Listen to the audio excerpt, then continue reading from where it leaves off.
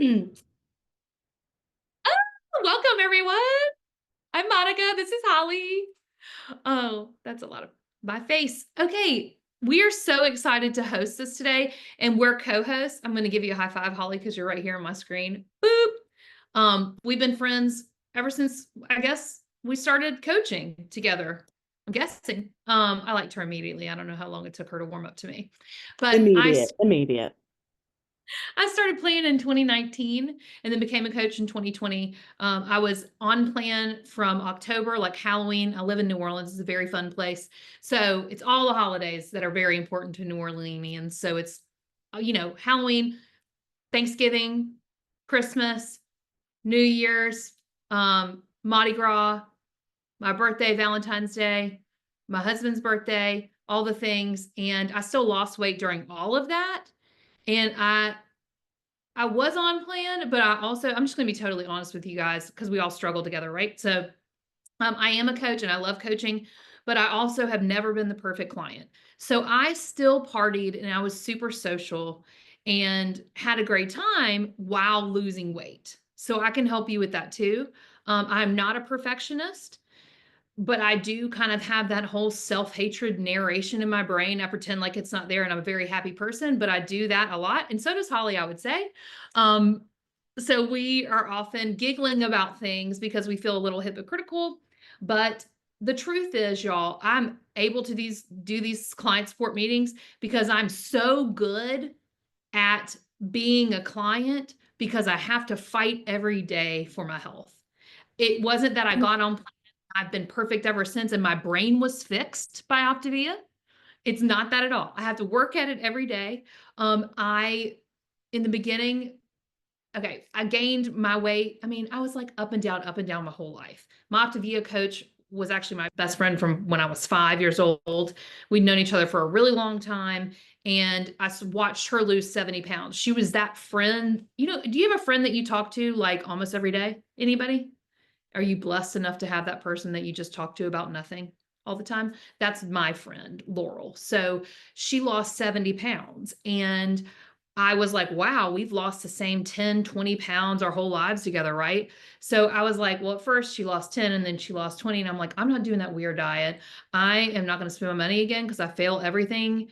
I'm just going to, whatever. I'll wake up tomorrow morning at 5 a.m. and run 5 miles. I told myself that like every single day when I was 50 pounds overweight. And then finally, she lost 70 pounds. And I said, whatever, I'm so tired. I don't want to talk about it. Here's my credit card. Just sign me up.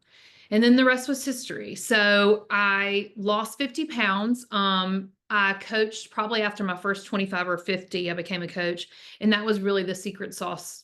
I'm now obsessed with helping other people, which has kept me on the right track. And I absolutely love all the coaches that I've met through this journey. So one of the reasons that I gained a lot of weight there at the end and couldn't really get it off is because I lost a lot of people in a short amount of time. Like I said, I have a very blessed life. I'm very happy, but it was like a 6-month period where I lost my dad, and that was really a shock. And then my dear friend who was my age at the time, I'm 41 now, but we would have been like 35 or 36. And then my grandfather, I lost 2 weeks after my dad. So it was all like, really fast. And then I lost my job. And I was trying to get married too before my dad passed away in the backyard. And that didn't work out. Not the marriage. The marriage worked out fine, but my dad was like in a coma before we got married. And so that was like a very traumatic thing. Anyway, so I gained a lot of weight because if anybody on the screen's ever lost anyone, sometimes you just eat and drink and numb, just trying to make it through to the next day, And so that's what my mom and I did. We were taking care of each other, but we were also kind of feeding each other's poor habits at the time. I did go through therapy, but I really loved Optavia. I think it helped me. I know if you haven't read the life book, pages 100 through 125, helped me process grief in my life, process emotions through my body in a healthier way. Holly, do you want to tell them about yourself before we talk about our self-sabotage things? Yes. Hi. So fun. I disappeared for a second because I think Kristen was coming in and I hope that she's here. I'm so afraid that I booted her. Anyway, okay. Hope you're here, Kristen. Okay. Oh, someone's asking in the I'll check chat on about what pages with grief. it. Um, okay, so yes, so I'm Holly Anastasio. Yes, I loved Monica from the second I met her. I mean, who doesn't love Monica? Somebody put in the chat like, you have the greatest vibe. Who wouldn't love you? I totally agree. And I was cleaning up this lovely thing behind me, and actually I was like, oh, this is the thing that Monica sent me. This mug that says, I wish you lived next door. And that is how I feel about Monica. I wish she lived next door too. Okay, so that's us. Hey, Okay. tell them where you live though. Oh yeah, so I live in Syracuse, New York. My coach is Kristen Glass, and she and I were roommates in Boston in our early 20s, and we would not have been confused for health coaches. So, if you can relate to that, then I see you. Anyway, I was heavy most of my life. I was like athletic as a kid, and my go-to was always like, I'll just work out harder. I did a lot of like any fad diet you could find, I would do that because I have always valued like novelty and intensity over consistency. And I came to find that in Optavia, consistency actually matters more than perfection or intensity, things like that. So, anyway, but yeah, so that was like my biggest aha. And actually, it's funny because just earlier today, my daughter, who is 11, was like, Mom, I'm starting to realize the value of consistency. And poor thing, she's very exposed to all my podcasts and things like that. And she's like, I hear what Mel Robbins is saying. Anyway, but so as you all know, consistency is the key. And we'll talk about that a little bit too, because we want to talk about self-sabotage today. Um, anyway, so yeah, so my story is that, yeah, I was heavy, I was an athlete, whatever. I tried all the fad diets. I watched Kristen for like 3 months, sharing her journey online. I hadn't seen her in person because she was in Dallas and I'm here in New York. And I just kind of was like sitting back, judging, to be totally honest, and being like, that is embarrassing for her. I can't believe she's putting herself out there like that. And then finally, I'm like, huh, like she looks great. She clearly feels great. Now she's helping other people to feel great. And I'm like over here judging. So I finally reached out and said, I want to do that. And honestly, like one weekend, I'm like, oh my gosh, this is it. Like, there's no silver bullet, but if there were one, I think this is it. It's the closest I've ever found anyway. And I lost like 50 pounds in my first 4 months on plan. And I say it like that because the next 20 was like a real windy road. So I also like to have fun, and I also can justify most anything in my head. And within like 10 seconds of each other, I can be like steadfast, like, I will stay on plan this Halloween evening. And then 10 seconds later, someone's like, want this favorite candy bar of yours? I'm like, yeah. So because I like fun and novelty and new. And so anyway, part of this is about all of this is about, learning to manage those emotions and whatnot. And I always say, like, if I had to pinpoint why I was overweight in the past, it was definitely emotional mismanagement. I would eat for, comfort, anxiety, fun, sadness, you name it, eat. So anyway, learned a ton through this whole journey. And anyway, so then, yeah, I went on to lose 20 more. I've kept off 70 pounds for 6 years. Been coaching almost that whole time. Actually, my dad passed away 1 month into my journey. And that honestly like solidified for me, like I have to do this. He died of a heart attack, and that is what gets most people in my family. And I was on blood pressure medication from the time I was 30 until 1 month into Optavia when I turned 40. And I don't want to be on that anymore, or I didn't want to be. I got off of it. So anyway. I'm rambling, Monica, so I feel like we should open it, or I Well, want I to just bring want it to say back to you. yeah, I want to say some weird things about Holly because I love her so much. You guys, Holly is definitely am I spotlighted? I don't really know how to do all of Oh, I this. just spotlighted you with me. Okay, thank you. You're in control. Holly is actually the funniest person I've ever met. So she's such a joy to be around. And I love her honesty all the time because it keeps me giggling. But she is one of the largest Optavia businesses on our team. And what that means, y'all, is that she has helped the most people. So I love her honest vibe, but I also know she's like a real badass. So keep that in mind too, as we go on tonight. So I did want to talk to you guys about something recently that I've learned that has really clicked for me because I am a nerd. Holly is too. And I like to know why. I'm like one of those kids that was like, why? But why, mom? I'm not going to do what you say until you tell me why, like that. And so I like to listen to podcasts and read books and everything, probably to procrastinate making real change too. But this thing clicked, so maybe it'll help you guys. If you think about lab rats, oh, and I learned this too with like there's a whole nother thing with like kids when they learn and they're in like a single sex environment, how things change, but how they respond to when a stimulus or reward is removed. But this one was cool because when the rats were, they press a lever and then a reward is given to them. When that reward is and a habit's established, so they know again and again they can press a lever and get the reward. When that reward is removed, the behavior intensifies. Doesn't that make sense, you guys? Like the lever, like the rats are like, what? No, no, no. Like short circuit of the brain. They're like, absolutely, where's the reward? Where's the reward? It's intensity and like the power of the hitting, like they would hit it even harder. Your brain does this after you remove a habit. It's called, I'll come up with it in a second. What's it called? Oh, okay. So also when people are like addicted to drugs and the withdrawal symptoms happen, like withdrawal happens before they hit like a point of established recovery, the withdrawal symptoms intensify too. Because it's your brain is so close to actually making a change, those bad habits flare up. The brain is trying to hold on to old conditioning because it's safety for the brain, it's familiarity. If I do this, I get that. So if you think about it, you guys, food, like raise your hand if your brain wants sugar when you're uncomfortable.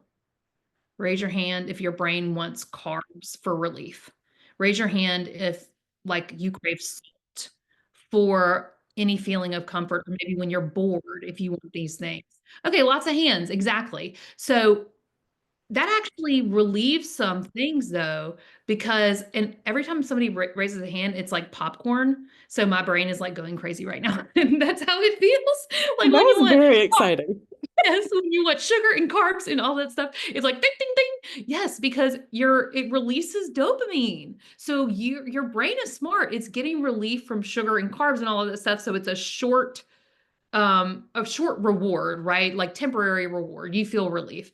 We are rewiring our brains. Did you know you were doing all that, you guys, through Optavia?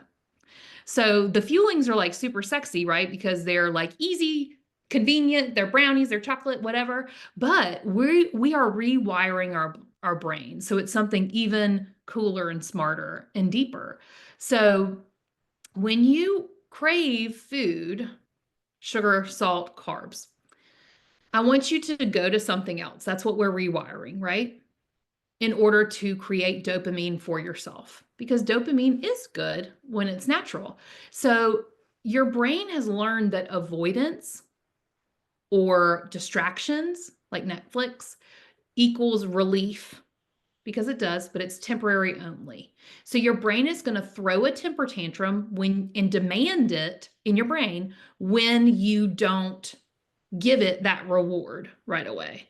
So you're going to get mad at your coach. You're going to get mad at those stupid fuelings. I'm not going to be on this forever. You're going to get mad at Optavia, Optavia, Opta, whatever that is, such a dumb name. You are going to have a temper tantrum. I always tell my new clients this. Prepare your families for like the first 4 days getting into fat burn. That's what it's called. Extinction burst is what it's called. That's what your brain does. So when you get so mad like that, y'all, and you're throwing a temper tantrum, get excited because you have interrupted an old pattern. You are becoming a new person. How cool. So whenever you feel that discomfort in your body, you may get hot, you may get sweaty, you may like your throat, you may like produce a lot of saliva even. That's like a natural response. That's in the life book too. Dr. Anderson talks about it in pages 100 through 123. It feels so challenging though, that real change when it's starting to take place. So another really cool thing to work with when you notice you're just noticing that your brain is doing that and be like that nerdy lady on the Zoom talked about this, just noticing that will make you even more likely to choose change. But I want you guys to choose a different dopamine producing behavior. Sunshine is one of them. Taking a walk, being outside in nature, like being around trees and greenery. What else are some, Holly? Oh, like creative endeavors, writing, drawing. Holly, what are some? Even like picking up the phone and calling somebody, like a distraction like that, or take a bath, or it's funny, Mhm. I'm laughing because I one time had a client say to me, and don't tell me to sit with my feelings. I'm like, I know, I feel the same. I don't want to sit with it either. Hello. But the Yep. feeling passes. Anyway, Yeah. And I read another study too that was about like you live longer when you have a lot of loose ties, like loose relationships that produce dopamine. So maybe having friends like my tennis friends, I think of, we're all loosely tied together. We don't have these deep conversations, but we do see each other every single week. So we know a lot about each other's lives. You know, we depend on each other. I can call them for anything and they'll do for me. That's like it feels good to have those short relationships rather than having to be on the phone for like an hour. It's not about that. The one thing though, y'all, if you're not texting your weight every day to your coach, if you're not writing down your progress, I'm talking about things that make you feel dumb that you would text that to your coach, that your wedding ring fits looser, even that your bra just feels more comfortable, or that you're able to cross your legs. Those are huge. That's a huge deal. When you talk about it out loud, your brain recognizes progress. You're more aware that you are changing, that you're on the cusp. So when your brain really does get mad with that extinction burst, you can look back at the text with your coach and say, no, I'm really making change. I know that my brain is doing something almost fake to me. It's presenting something fake.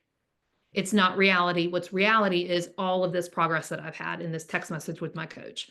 Um, your ability to take action, though, for change will strengthen every single time you do it.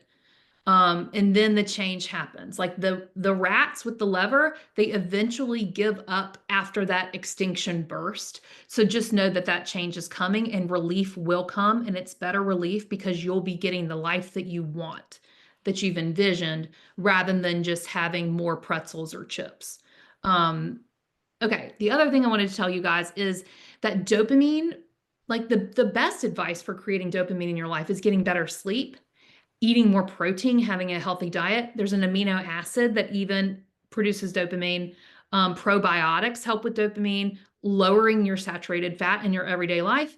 So Optavia is dopamine producing. There you go. So you're doing a great job right now. But that's all I wanted to talk about, Holly. I thought that was really cool. I love that. I'm smarter every time I listen to Monica, y'all, by the way. Extinction burst. See? It's so good.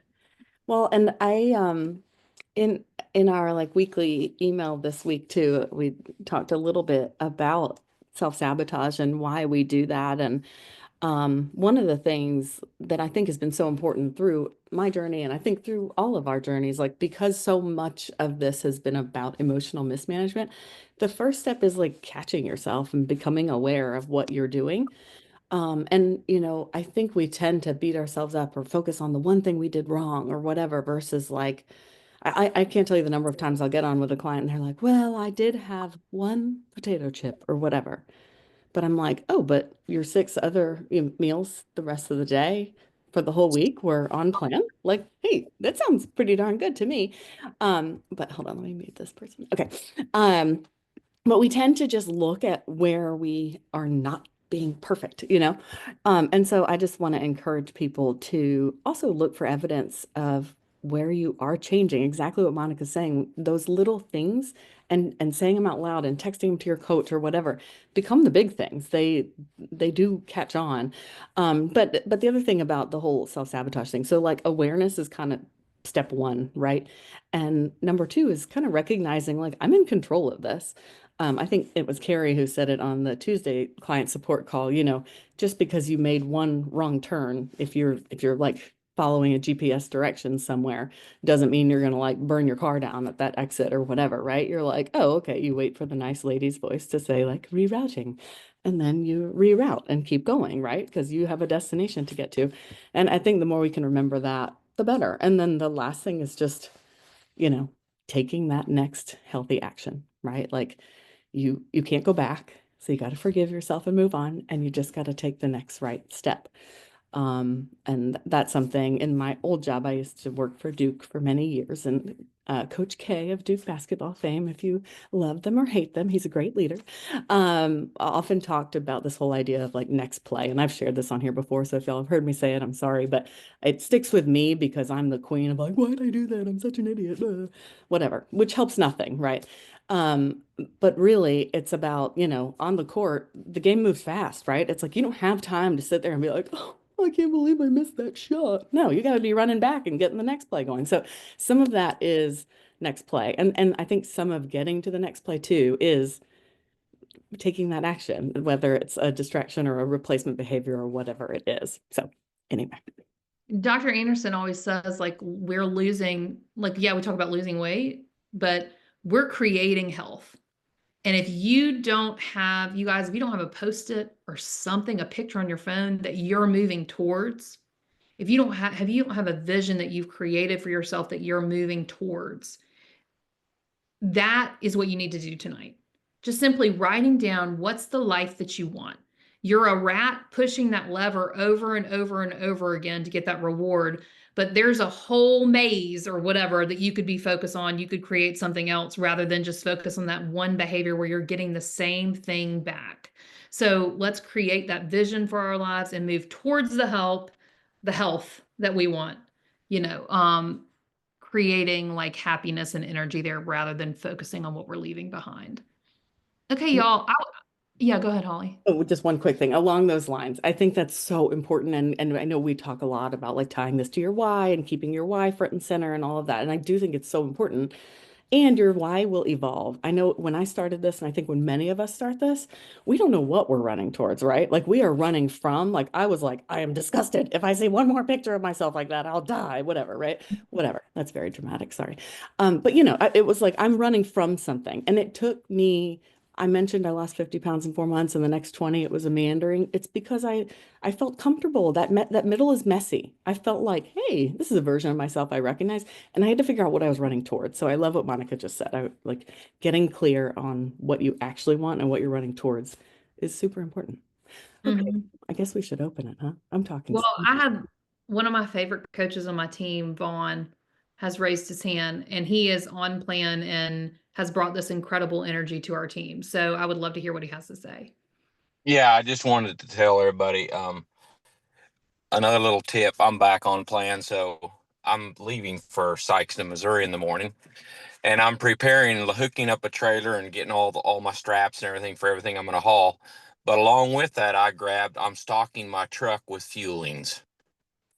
Don't ever forget that. Monica, you reminded me of that the other day, and that's been a really big help. Have a fueling available for you at all Mhm. times. That's a big, big thing. So just wanted Totally. to say that. Yeah. Thank you. I mean, that really has saved so many of us, y'all. Thank you, Vaughn. Put them in your purse, put them in your car, the ones that don't melt too, if you live in a hot place like I do. Keep them at work. And I would so much rather my clients have an extra fueling than order an extra serving of fries when you're getting your kids fast food or whatever. So that's just where I go as a coach. I would much prefer those healthy fuelings and those smaller serving sizes than you going wildly off plan. So great job, Vaughn. Thank you so much. We're so glad you're back on plan. All right. Y'all come off mute. Tell us what you're struggling with.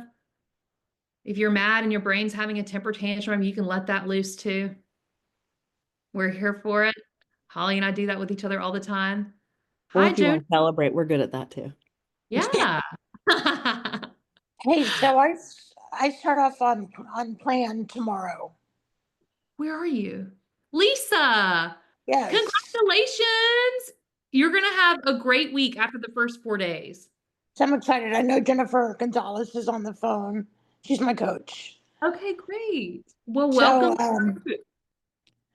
my question is, what are the biggest obstacles to overcome? Tomorrow, I'm going to be inundated with a full day of work. But how do you prepare yourself for that first day? And I know she's going to talk to me about that. But want to hear from y'all. Yeah. I want to tell you guys too, we don't often talk about this, but we have a kickoff call that's amazing. And it's every Sunday at 4 Central, 5 Eastern, 2 standard time. Anyway, it's great, and anybody can come. It goes over all the basics of plan, but I think